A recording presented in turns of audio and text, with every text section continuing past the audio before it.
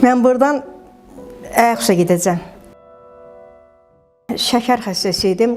Yoldaşım rəhmətə gedəndən sonra nəsə dərmandan imtina elədim. Şəkərin yüksək olur, sən şəkərin də nə dərmanını atmadım, nə şəkərim ölçmədim. Sonra yenə gətirdilər Bakıya. Bakıda bir balnisada yatdım. 10 gün kimi orada yatdım.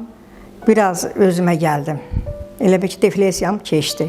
Sayidə xanım bizə yeriyə bilməmə və sol ayağında gücsüzlük şikayəti ilə gəlmişdi. Beldəki yırtığa bağlı olduğu düşünülərək implant qoyulmuşdu. Əməliyyatdan sonra heç yeriyənmədim. Burada eləyəcəyimiz şey əlbəttə ki, fizioterapiya, reabilitasiya müalicələridir. 10 gündə burada yatıram. Əməl başda qalxıram, yeriyirəm. Məsələn, özümü idarə eləməm, gedim, üzəlimi zadımı yuyuram. Yəni ki, Allaha şükür irəliləyiş gördüm burada.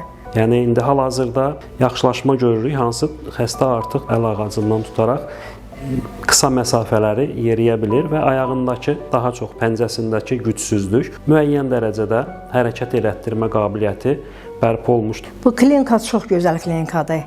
Xidmətçilər də gözəldir, həkimləri də o qədər gülər üzlü.